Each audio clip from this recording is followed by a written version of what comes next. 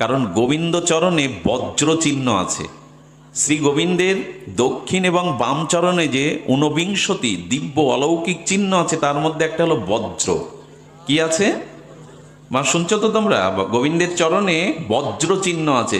তো তোমার এই কমল চরণ, যেখানে ফুলের উপরেও পদবিন্যাস করতে গেলে ফুলগুলো কষ্ট পায়, সেই চরণে প্রভু বজ্র চিহ্ন রেখেছ কেন? গোবিন্দের ভগবান চেনা যায় চরণে, আর সাধু চেনা যায় মরণে। তো গোবিন্দের চরণে যে ঊনবিংশতি দিব্য অলৌকিক চিহ্ন আছে, তার মধ্যে একটা বজ্র। গোবিন্দ বললেন যে ভজনের দ্বারা আমার চরণে সমর্পণ করে, আমার চরণাশ্রয় করে, আমার চরণে বজ্র রেখেছি কেন? যেন আকাশ থেকে বজ্রপাত হলে যেমন পাহাড়ও চূর্ণ বিচ্ছিন্ন হয়ে যায়, যে আমার চরণাশ্রয় নেয় তার অনাদি অনন্ত জন্মের যে পাপের পাহাড় জমে আছে, আমার চরণাশ্রয় নিলে সেই বজ্রের দ্বারা তার পাপের পাহাড়কে আমি চূর্ণ বিচ্ছিন্ন করে ভেঙে ফেলে দিই। চূর্ণ বিচ্ছিন্ন করে দিয়ে আমার চরণ আশ্রয় করলেই। আচ্ছা, গোবিন্দ বলছেন ধ্বজ চিহ্ন কেন? গোবিন্দের চরণে আরেকটি চিহ্ন হলো ধ্বজ, মানে পতাকা, বিজয় পতাকা। বললেন দেখো, জন্ম মৃত্যু জরাব্যাধি কাল কবলিত অভিশাপে তুমি সারাটা জীবন পরাজয় হয়েছে, শান্তি পাওনি, নিজের উদ্ধার করতে পারোনি, এই জগৎ জন্মে মনুষ্য জন্ম পেয়েও নিজের ফসলটা ঘরে তুলতে পারোনি প্রেম ভক্তি, কিন্তু আমার চরণে শরণাগতিতে যদি আশ্রয় নাও, আমি চির প্রেম ভক্তির বিজয় পতাকা নিজেই তুলে দেব, আমার ধ্বজ আমি তুলে দেব। পৃথিবীতে যশ গান কার হয়? যারা আজকের নেতা, আজকের যারা নেতা দেখবেন তাদের জন্য কত তোরণ নির্মাণ হয়, তাদের নিয়ে বই লেখা হয়, বক্তব্য দেওয়া হয়, তাদের ফুলের মালা পরানো হয়, বড় আসন দেওয়া যায়। আজকের যিনি মন্ত্রী, আজকের যিনি নেতা, আগামী দিনে ক্ষমতায় যদি তিনি তা থাকেন, এই সম্মান তাকে দেবে তোলো? বরঞ্চ অনেক পুরাতন নেতাকে এখন জেলে পোরা হচ্ছে, সে যে দেশেই হোক। তাহলে আজকের যে সম্মান পাচ্ছেন, নেতা হয়ে চেয়ারে বসেছেন, আগামী দিনে ক্ষমতা হারালে আপনাকে এই সম্মানটা টেনে অনেকের নামাবে। তো শাস্ত্র বলছেন, গোবিন্দ বললেন যে আমার চরণে আশ্রয় নেয়, আমার চরণে সমর্পিত হয়, তাকে আর নেতাদের মতো কেউ টেনে নামাবে না। তার বিজয় গৌরব আমি চিরদিনের মতো তুলে ধরবো, বিজয় পতাকা আমি তুলে ধরবো, ধ্বজ তুলে ধরবো। জগতে কাদের ইতিহাসে কজনের নাম লেখা আছে? কজন ইতিহাসের মানুষকে মনে করে? একদিন যারা ইতিহাসে রাজা মহারাজার সম্রাট পিস্তা বলে, তাদের নাম মুখস্থ আছে তোমাদের? কি হলো তোমার সম্রাট? একটা কথা প্রায় মনে পড়ে, পৃথিবীর সপ্তম আশ্চর্যের মধ্যে ভারতবর্ষে একটি আশ্চর্য বস্তু আছে, সপ্তম আশ্চর্যের। তার নাম আপনারা জানেন, তাজমহল। স্ত্রী মমতাজের স্মৃতি রক্ষায় ভালোবেসে সম্রাট শাহজাহান তাজমহল করলেন, কিন্তু এর পরিণতি কি হয়েছিল জানেন? তাজমহলে এত অর্থ ব্যয় করেছিলেন, 22,000 মিস্ত্রি 22 বছর ধরে স্টোন দিয়ে, দামি স্টোন দিয়ে এই তাজমহল তৈরি করা হয়। বিশ্বের যাবৎ নেতৃবৃন্দ মহোদয় এলে দেখতে যায়, অনেকেই, আমরাও যাই, কিন্তু অনেক দুঃখের বিষয় পাশে মথুরা বৃন্দাবন, ওখানে কেউ যায় না। তো বৃন্দাবনের সাথে আর যদি একটু তুলনা করি, বৃন্দাবনের ধুলির সাথে, ওই বনলক্ষ্মীর সাথে তাজমহলের তুলনা করি, তাজমহল যিনি গড়েছিলেন, সেই শাহজাহান যখন স্ত্রী মমতাজের প্রতি তার স্মৃতি রক্ষার্থে রাজকোষ থেকে সব অর্থ ব্যয় করলেন, তার ছেলেরা, তার যুবরাজরা, সেই সময় তার সন্তানরা পিতার বিরুদ্ধে বিদ্রোহ ঘোষণা করলো। বেটা স্ত্রীর স্মৃতির জন্য রাজকোষে সব ব্যয় করে দিল, আমাদের জন্য কি বন্দি করে দিল? ইতিহাস যদি পড়েন, বন্দি করে দিল শাহজাহানকে, দাস দাসী দিয়ে দুটো অন্ন পাঠাতো, দীর্ঘদিন বন্দি করে রেখেছিল। তাজমহল করে জীবনে শান্তি পেয়েছো তুমি? পুত্রের হাতে বন্দি হয়ে দুমুঠো খেতে হয়েছে। কিন্তু বৃন্দাবনে যে গাছতলায় বসে সনাতন গোস্বামী রাধা মাধবের নিত্য ভজন করেছেন, সেই বৃক্ষকে কোটি কোটি লোক প্রণাম জানাতে যায়। সেই বৃক্ষকে আজকে ধুলি, যেখানে ধুলি নেওয়ার জন্য মানুষ গড়াগড়ি দেয়। জীবনে যদি বিজয় গৌরব পতাকা তুলতে চাও অন্য কিছুতে, আজকে যে ধনী, তার নাম ছিল এক সময় কি নাম, পাঁচু, আজকে তাকে পঞ্চানন বাবু বলে, টাকা আছে, কিন্তু যেই টাকা চলে যাবে সেই আবার পঞ্চানন না, পঞ্চানন বাবু না, পাঁচু। বাইরের সফলতা নয়, এটা নকল। আজকে যার রূপ আছে, সে বিশ্ব সুন্দরী, এশিয়া সুন্দরী, লাখ সুন্দরী হতে পারে। ক্যান্সার হলে যদি তাকে থেরাপি দেওয়া যায়, যদি কোনো কঠিন অসুখের দ্বারা তার মুখ অবয়ব সৌন্দর্য মিলিন হয়, আর ছবির ভিড় থাকবে না, আর তাকে রূপের জন্য কদর করবে না। এই জন্য জগতের যে সফলতা প্রাপ্তি এগুলো নকল। ভগবানের চরণে আশ্রয় করে প্রেম ভক্তি লাভ করা, ভক্ত উপাধি পাওয়া, এটাই হলো জীবনের সফলতা। আজ বড় বড় বিশ্বনেত্রীদের মতামত বললে যাচ্ছে, ইতিহাস নতুন করে লেখা, তাদের বানানো মূর্তিগুলো ভেঙে ফেলা হচ্ছে, কিন্তু রূপ সনাতনের বিগ্রহকে তুলসী পাতা দিয়ে আজ বুকে দিয়ে রাধা মাধবের চরণের প্রসাদী তুলে ঘরে ঘরে তারা পূজা আরতি পাচ্ছে। কারা জগতে বিজয় গৌরবে গৌরবান্বিত হয়? কারা? যারা ভগবানের চরণাশ্রয় করেছে। এই জন্য গোবিন্দ বললেন, আমার চরণে ধ্বজ চিহ্ন আছে, যে আমার শরণ নেয়। গোবিন্দ বলছেন, তার মহিমা আমি প্রচার করি জগতে। ভক্ত প্রচার করে ভগবানের মহিমা, আর ভগবান প্রচার করে ভক্তের মহিমা। প্রহ্লাদকে, ধ্রুবকে, যে ধ্রুব একটা সিংহাসনে উঠতে গেলে তার বিমাতা বলল আগে আত্মহত্যা কর, এরকম মা বলতে পারে কেউ? ধ্রুবকে বলছে ওই সিংহাসনে ওঠার আগে এক কাজ কর, সেই দিনই উঠতে পারবি যেদিন বিষ খেয়ে আত্মহত্যা করবি, তারপরে যদি আমার গর্ভে জন্ম নিস তখন ওই সিংহাসন পাবি।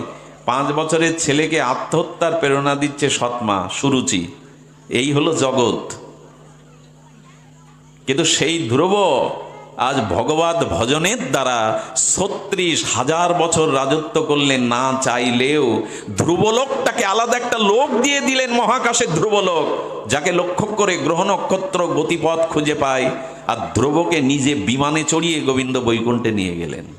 সফলতা কিসে জীবনের? টাকায়, নেতৃত্বে, ধনে, যৌবনে, রূপে? এটা অল্প দিনের জন্য। এই জন্য গোবিন্দ সতর্ক করেছেন, অনিত্যম অসুখং লোকমিমং ইব ভজস্ব মাম। এই সংসার অনিত্য, কালের দ্বারা কবলিত, এটা দুঃখময়, একমাত্র আমার ভজনই সার। কবে বুঝবো এ কথা? আর বোঝা হয়েছে, এখন চিতায় পুড়তে পারলে হয়। আর বোঝা হয়েছে, জীবনটা তো মস্ত বড়।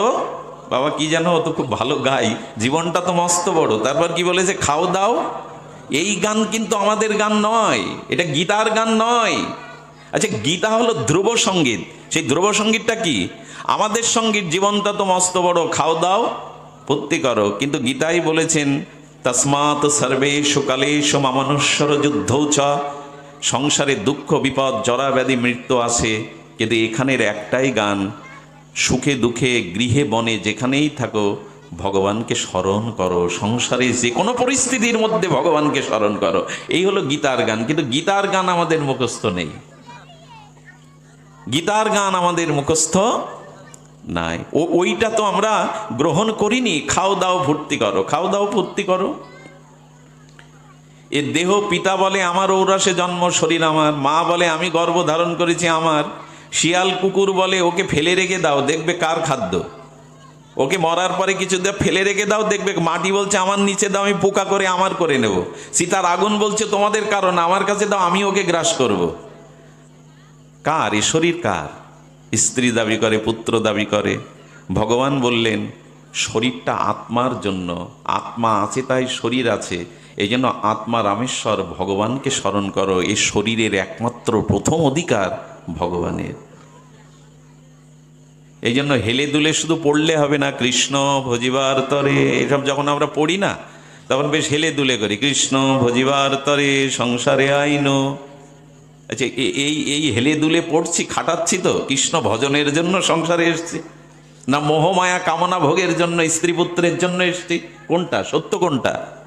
এটা আজকে বিচারটা সাধু সঙ্গে হরিকথা ছাড়া জাগে না। বিনু সৎসঙ্গ বিবেক না হই। সৎসঙ্গে ভগবত সঙ্গে হরিকথা শ্রবণ করো সাধুমুখে, তবে এই বিবেকটা জাগবে যে দেহ কারো জন্য নয়, এ দেহ ভগবানের জন্য, ভজনের জন্য। এই জন্য নবারে সর্বস্ব কামায়া সর্বং প্রিয়ং ভবতি, আত্মনস্তু তো কামায়া সর্বং প্রিয়ং ভবতি। তোমার সুখের জন্য কেউ তোমাকে ভালোবাসে না, তার নিজের আত্মীন্দ্রিয় সুখের জন্য তোমাকে ভালোবাসে। এই কথা যেদিন বুঝবেন সেদিন ভালোবাসার মোড় ঘুরে যাবে।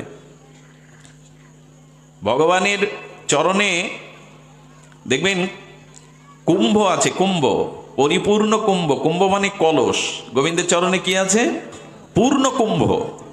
দেখবেন ওই মন্দিরের চূড়ায়, আগেকার প্রাচীন মন্দিরের চূড়ায় দেখবেন পূর্ণ কুম্ভের 3টে থাকতো, এরকম থাকতো না? কুম্ভ থাকতো কিনা? কলস। এইটা কি? ভগবান বললেন এটা আমার চরণে কেন জানো? এ জীবন তখনই পূর্ণ হবে যখন আমার চরণ আশ্রয় করবে। পূর্ণ কুম্ভের মতো আমি তোমার জীবনকে আনন্দে প্রেমে ভরিয়ে দেব। এই জগতে কেউ ভরাতে পারবে না, কেউ দুঃখ জরা ব্যাধি নিতে পারবে না। আমার চরণাশ্রয় করো, তবেই জীবনটা পূর্ণ কুম্ভ হবে, পরিপূর্ণ হবে। আমার চরণে এসো। এছাড়া দ্বিতীয় কোনো মঙ্গল মানুষের খোলা নেই, দ্বিতীয় কোনো পথ নেই।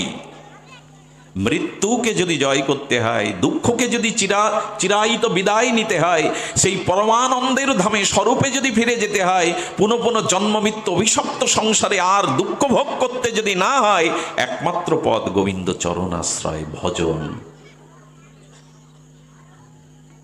আচ্ছা, অর্থ চাই, ভোগ চাই জগতে, মিন চিহ্ন, জপ চিহ্ন আছে। গোবিন্দের চরণে আর একটা কি চিহ্ন আছে? জপ। পঞ্চশস্যের অন্যতম হলো জপ। গোবিন্দ বললেন আমার যে ভজন করে আমি তাকে কি করি জানো? লক্ষ্মী দেবী আমার চরণ সেবা করে, আর লক্ষ্মীর হাতেই সব ঐশ্বর্য। আমি লক্ষ্মী দেবীকে বলি যে তুমি তো আমার চরণ সেবা করো, আর যারা তুমি আমার চরণ হাত দিয়ে সেবা করো, আর আমার ভক্তরা আমার চরণ হৃদয়ে দিয়ে প্রেম দিয়ে সেবা করে, তাই তোমাকে আমার আদেশ দেওয়া থাকলো আমার ভক্তের দুয়ারে কোনো কিছু প্রয়োজন কিনা প্রতিদিন একবার উকি দিয়ে তুমি দেখবে। কত মর্মান্তিক কথা বলুন তো। লক্ষ্মীকে বলছেন তুমি আমার হস্ত দিয়ে চরণটা সেবা করো, আর ভক্ত আমার চরণটা কোথায় রেখেছে? হৃদয়ে। তো যে আমাকে হৃদয়ে রেখেছে আমার চরণ, লক্ষ্মী তোমাকে নির্দেশ দিলাম তার ঘরে উকি মেরে দেখো তার আহারের ব্যবস্থা আছে কিনা। এই জন্য সাধু পথে, ভজন পথে যারা এসেছেন তাদের দুটো জিনিস কেড়ে নেয় ভগবান। কোথায় থাকবো আর কি খাবো এই চিন্তা থাকলে সে সাধু হতে পারিনি। ভক্তর অন্ততে এই দুটো চিন্তা গোবিন্দ হরণ করে নেয়, কোথায় থাকবো আর কি পাবো। রূপ গোস্বামী টের কদমে যাবেন, যারা বৃন্দাবনে যান, আজ ওই কাল কোলাহলের দিনে এই জায়গাটা গেলে আপনার মন কেড়ে নেবে। টের কদম রূপ গোস্বামীর ভজনস্থলী, বিরল। আজও কাল কোলাহলের সময় এই স্থানটা আপনার গেলেই মন কেড়ে, চম্বুক যেমন লোহাকে আকর্ষণ করে। এবার যদি ব্রজযাত্রায় কেউ যান, সৌভাগ্য হয়, রাধারানী কৃপা হয়, টের কদমে যাবেন। এই টের কদমে সৌভাগ্য হয়েছিল যাওয়ার, তো সেখানে সেই স্থানটা দেখে মনে পড়ল রূপ গোস্বামীর স্মৃতি। সেই স্মৃতি আজও বহন করছে শ্রীধাম ব্রজমণ্ডল 84 ক্রোশে। একদিন রূপ গোস্বামী সকালে চোখ বুজে রাধারানীর চরণ চিন্তা করতে করতে বলছেন, শাক লতাপাতা সিদ্ধ করে দেই, তাও লবণও দেই না। কতদিন একটু ভালো সরু চাউলের পরমান্নটা দেইনি বলতো। হে সুন্দর, হে মনোহর, হে ঠাকুরানী, কতদিন মনে হঠাৎ করে জেগে গেছে, ইচ্ছাকৃত না, জেগে গেছে, একটু পরমান্ন যদি দিতে পারতাম। যেই না বলে চোখ খুলেছে, এক ছোট বালিকা অপরূপ সুন্দর আলোক তেজময় দুতিতে ছুটতে ছুটতে এসে বলছে, গোসাই তুমি আজ মাধু করিতে যাওনি কেন? তোমার কি শরীর খারাপ? বলে কে তুই? বলে যে বাড়িতে তুমি মাধু করি ভিক্ষা করতে চাও ওই বাড়িরই আমি লাডলি ব্রজ বালিকা।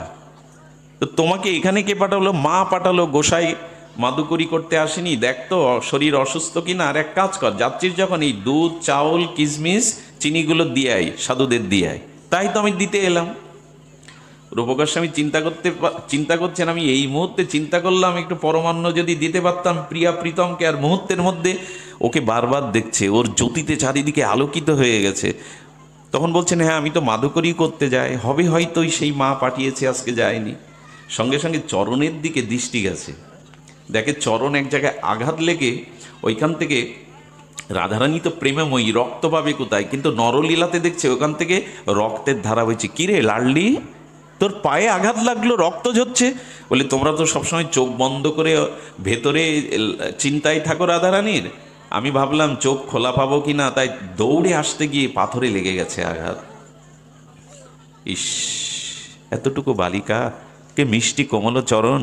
তো বলে তুমি ওর জন্য চিন্তা করো না, আমি ওখানে কিছু লাগিয়ে নেব, তুমি এইগুলো ধরো তো। দিয়েই চলে গেছে। ওটা পরিপাক করে বনের কাঠ দিয়ে অন্তরের রাধারানীর মাধুর্য নাম মিশিয়ে ওটা যখন প্রিয়া প্রীতমকে ভোগ লাগিয়ে দাদা সনাতনকে দিয়েছে একটু, সনাতন জিউ ভাই দেওয়ার সাথে সাথে অষ্টসাত্ত্বিক প্রেম বিকারে অশ্রু পুলক সেদ কম্প প্রেমে মুষ্টিত হয়ে সনাতন জিজ্ঞাসা করছে, রূপ এ কে দিল তোকে? এই পরমান্নের উপচার, সরু চাল মিষ্টান্ন কিশমিশ কে দিল তোকে? বলে এত ব্যাকুল হচ্ছেন কেন প্রভু? প্রভু এত এই দাস মনে মনে স্মরণ করেছিল, একটা বালিকা এসে দিয়ে গেল, সেই বালিকার দেওয়া প্রসাদই তো আপনাকে দিয়েছি নিবেদন করে। ধুলায় লুটিয়ে পড়লেন। সনাতনের চোখ বেয়ে প্রেমাশ্রু বিগলিত হতে লাগলো। ওরে রূপ, তুই রাধারানীর ভজন করতে এসেছিস, না তোর ভজন করবার জন্য রাধারানীকে তুই রেখেছিস? ওরে, এই প্রসাদ, এই বস্তু তোকে রাধারানী নিজে দিতে এসেছিল। আজ প্রতিজ্ঞা কর, এই ব্রজভূমিতে যতদিন থাকবি, যতদিন রাখবেন রাধারানী, কোনোদিন ভালো কিছুর আশা মনেও কল্পনা করবি না। করলে তোর সেবার জন্য তাকে আসতে হয়েছে। তুই ভজন করছিস না, সে তোর ভজন করছে। ভক্তের মনে কোনো ইচ্ছা জাগার সাথে সাথে রাধারানী নিজে পায়ে হেঁটে আসতে গিয়ে তার পায়ে রক্ত ঝরে গেছে। এই হলো ঠাকুরানী। কেউ কোনো কিছু মনে করলেই সঙ্গে সঙ্গে ঠাকুরানী সেটা পূর্ণ করবার জন্য ব্যস্ত হয়ে যান। শুনবেন, এ কথা কি বলবার কথা? এ অনুভূতির রাজ্যের কথা। রঘুনাথ দাস গোস্বামী তার ত্যাগ বৈরাগ্য পাষাণের, রঘুনাথের নিয়ম যেন পাষাণের রেখা। প্লাস্টার করতে করতে যদি একটা দাগ বসিয়ে দেন, ওই নরম প্লাস্টার করতে গিয়ে ওই দাগটা সিমেন্ট এঁটে গেলে আর ঘুষবে? তো 100 বছরেও ঘুষবে? তো রঘুনাথের নিয়ম যেন পাষাণের রেখা।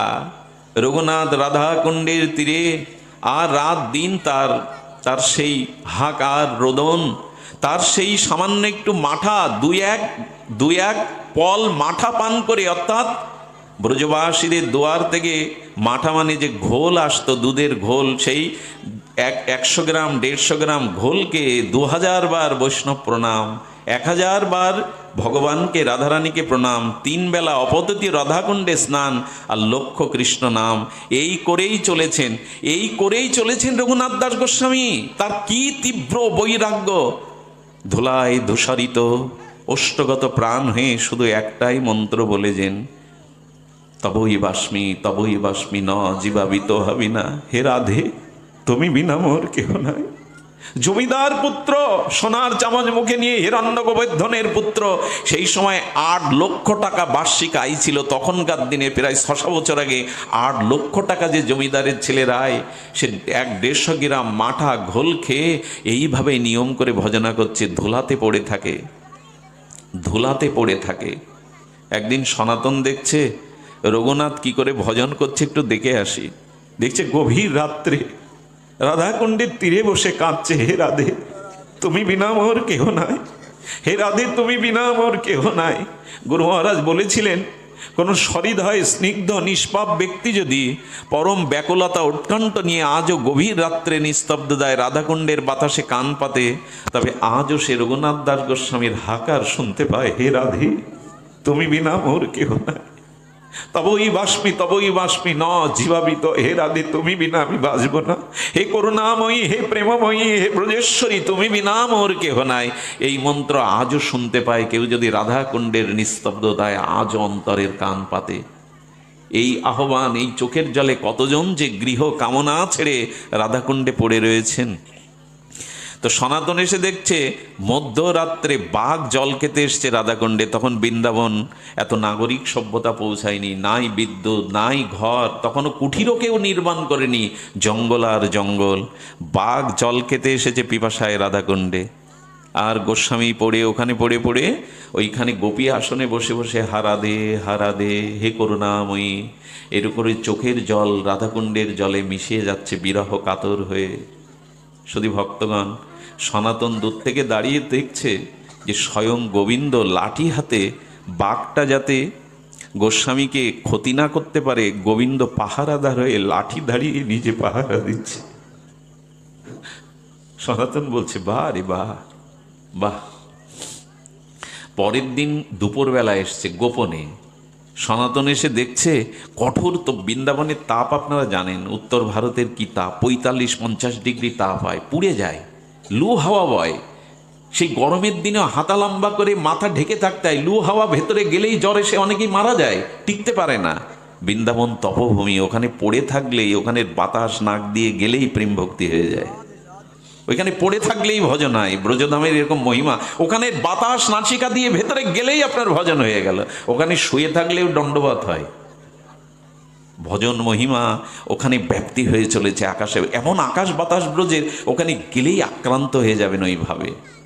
তখন দেখছে কঠোর রৌদ্র তাপে পুড়ছে রঘুনাথ, রাধারানীর বিরহ দশায় কাতর হয়ে হারাদে হারাদে বলছে, মুখটা পুড়ে যাচ্ছে তপ্ত মধ্যাহ্ন রৌদ্রে। রাধারানী কি করেছে জানেন? কিশোরীমণি এসে রাধারানী নিজের স্নেহের আঁচলটা দিয়ে রঘুনাথের মুখ ঢেকে নিজেই রৌদ্রে দাঁড়িয়ে আছেন। রঘুনাথ দাস গোস্বামীকে ডাকলেন সনাতন গোস্বামী পাদ, বললেন, বাইরে উন্মুক্ত জায়গায় বসে বসে কাঁদছো কি লোক দেখাবার জন্য? তুমি কতটা ভালোবাসো রাধারানীকে, লোক দেখানোর জন্য কাঁদছো বাইরে? যাও যাও, আজ থেকে কুঠির করে ঘরের মধ্যে কাঁদবে, লোককে দেখানোর জন্য কাঁদবে না, লোককে দেখাবার জন্য কাঁদবে না। আসরকে শ্রোতাদের মনোরঞ্জনের জন্য চোখের জল নয়, নিভৃতে যদি ভগবানের চরণে কেউ এক ফোঁটা প্রেমাশ্রু দিতে পারে নিভৃতে, কোটি জন্ম তপস্যার থেকে এতে ভগবান বিগলিত হয়ে যান। গোবিন্দ বলেছিলেন, আমি পৃথিবীতে সব সহ্য করতে পারি, আমি সর্বং সহা, মাটি যেমন সব সহ্য করে আমিও করি, কিন্তু ভক্তের প্রেমাশ্রু চোখের জলকে আমি সহ্য করতে পারি না, আমার হৃদয় উতাল পাতাল করে দেয়। আমি ওই একটা জিনিস মেনে সহ্য করতে পারি না, ভক্তের প্রেমাশ্রু।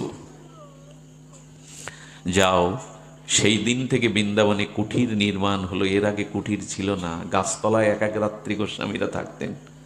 সেই দিন বলেছিল, রঘুনাথ তুমি রাধা মাধবের ভজন করতে এসেছো না ওদের ভজনে লাগিয়েছো, তোমার ভজনে? প্রিয়া প্রীতম যেন কষ্ট না পায়, রাধারানী যেন তোমার কারণে কষ্ট না পায়, যাও ভেতরে গিয়ে কাঁদো, বাইরে কেঁদো না। তোমার জন্য একজন রাতে পাহারা দেয় লাঠি হাতে, আর একজন রৌদ্র পড়ে তোমাকে আঁচল দিয়ে ছায়া দেয়, তুমি কেন তাদের কষ্ট দিচ্ছ? তুমি এসেছো তাদের সুখ দেওয়ার জন্য, তুমি কেন তাদের কষ্ট দিচ্ছ? এই হলো ভজন, এই হলো ভজন। ভগবানের চরণে নিষ্কিঞ্চন ভাবে আশ্রয় নিয়ে যদি অহেতুক ভগবানকে ভালোবাসা যায়, ভগবান বললেন আমার ব্রত হয়ে দাঁড়ায় সেই ভক্তকে আনন্দ দেওয়ার, তাকে সুরক্ষা দেওয়ার আমারই দায়িত্ব এসে দাঁড়ায়। জানেন, অনেকেই প্রশ্ন তোলেন, এত ভগবান ভগবান করলো লোকটা সারা জীবন, মরার সময় উন্মাদ হয়ে পাগল হয়ে মরল, কই ভগবানের নাম তো নিল না, মুখে তো কোনো বাণী ছিল না, শব্দ ছিল না, সারা জীবন গোবিন্দ গোবিন্দ করে সাধুসঙ্গ করে কি হলোটা? এরকম কাউকে বলবেন না। কেন জানেন? মৃত্যুর সময়ে যদি কোনো শুদ্ধ ভক্ত সারা জীবন হরিভজন করেও মৃত্যুর সময়ে তার স্মরণ না আসে, তবে জেনে নিন, আমাদের বৃন্দাবনের এক মহাত্মা, তার হার্ট অপারেশনের জন্য 95 বছর বয়সে দিল্লিতে নেওয়া হলো। ডাক্তার তার হার্ট অপারেশনে রাজি হননি, বললেন 95% ওনার বাঁচবার আশা নেই। ভক্তরা বললেন ওনাকে বাঁচিয়ে রাখতে হবে, শেষ চেষ্টা করুন। তো ডাক্তার তার সমস্ত শরীরটা অবশ করে নিয়েছিল, এত বছর বয়স। উনি বাইরে এসে কাঁদছেন, ডাক্তার বললেন বাঁচাতে পারিনি, কিন্তু যে দৃশ্য দেখলাম, যা শুনলাম, এটা আমার ডাক্তারি বিদ্যায় অসম্ভব। আমি তার সমস্ত শরীরটা অবশ করেছিলাম, তার স্পন্দন ছিল না, হার্টের স্পন্দন ছাড়া। হার্টটাকে আমি যখন বাইরে বের করতে যাই সার্জারির জন্য, তখন উনি দুটো শব্দ উচ্চারণ করে মারা গেলেন। এটা উচ্চারণ করার কথা না, কারণ সমস্ত শরীরটা তার চেতনা নাশ করা হয়েছিল। বললেন কি বলে মারা গেলেন? বললেন মৃত্যু 2 সেকেন্ড দুটো শব্দ উচ্চারণ করে দেহ রাখলেন, হা রাধে হা বৃন্দাবন। কেন বলুন তো? কোন শরীরে তো সারা ছিল না। ডাক্তার বললেন তার জিহ্বা নড়বার কথা না, তার বাণী উচ্চারণ করার কথা না। আসলে উনি করেননি। অপারেশন থিয়েটারে যাওয়ার সময় একটু ব্রজ ধুলি, ব্রজ রেণু জিহ্বার তলে দিয়ে রেখেছিলেন। সেই সাক্ষাৎ চিন্তামণি ধুলিকণা মৃত্যুর সময় রাধারানী কি বলল জানেন?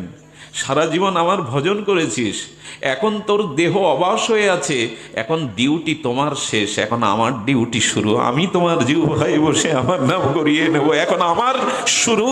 এই জন্য কোনো ভক্ত যদি মৃত্যুর সময় সে নীরব হয়ে যায়, ভাববেন না সে ভগবান সারা জীবন ডেকে এখন কেন বলতে পারল না। ও সময় ভগবানেরই দায়িত্ব এসে দাঁড়ায়, ভগবানই হৃদয়ে সে তার নাম করিয়ে নেয়। এত বড় বান্ধব পাবেন, এত বড় শেষের দিনের সাথীকে পাবেন। এই জন্য ভজন করুন। পদ্মজা অর্চিতং, স্বয়ং ব্রহ্মা যে চরণ সেবার ভাগ্য পাননি, বৃন্দাবনে যে ব্রহ্মা ধূলিকণা হওয়ার জন্য তপস্যা করেও পাননি, গোবিন্দের চরণ বুকে ধরা কেন, গোবিন্দের চরণে একটা প্রণামের সুযোগও তেমন পাননি, তার চরণকে স্পর্শ করার মতো সেই ব্রহ্মা কেঁদে কেঁদে গোবিন্দকে বলেছিল, প্রভু আগামী প্রেম বিতরণ লীলায়, আগামী করুণা লীলায়, প্রেম বিতরণ লীলায় যখন তুমি যাবে, এই ব্রহ্মাকে নিচকলে যে কোনোভাবে তোমার লীলায় একটু সুযোগ দিও, যাতে তোমার চরণটা পেতে পারি। ব্রহ্মার বৃন্দাবনে গোবিন্দ চরণ বিধৌত করার, চরণ আশ্রয় করেও তার চরণ মস্তকে হৃদয়ে নেওয়ার, অর্চন করবার সুযোগ ব্রহ্মা পায়নি। কিন্তু গৌর অবতারে, রাধাকৃষ্ণ মিলিত কারুণ্য প্রেমঘন অবতারে তিনি কি করেছিলেন, ওই ব্রহ্মাকেই হরিদাস রূপে নিয়ে এলেন। আর হরিদাস কি করল, হৃদয়ে ধরিব তোমার ওরাঙ্গা চরণ।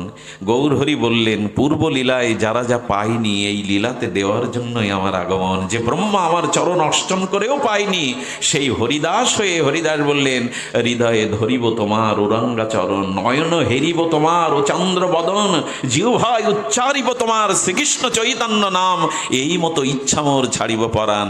ব্রহ্মা পায়নি, কিন্তু গৌর অবতারে রাধারানীর করুণায় আজ হরিদাস হৃদয়ে মহাপ্রভুর চরণ ধরলেন, নয়ন ভৃঙ্গে তার কমল বদন মধুপান করলেন।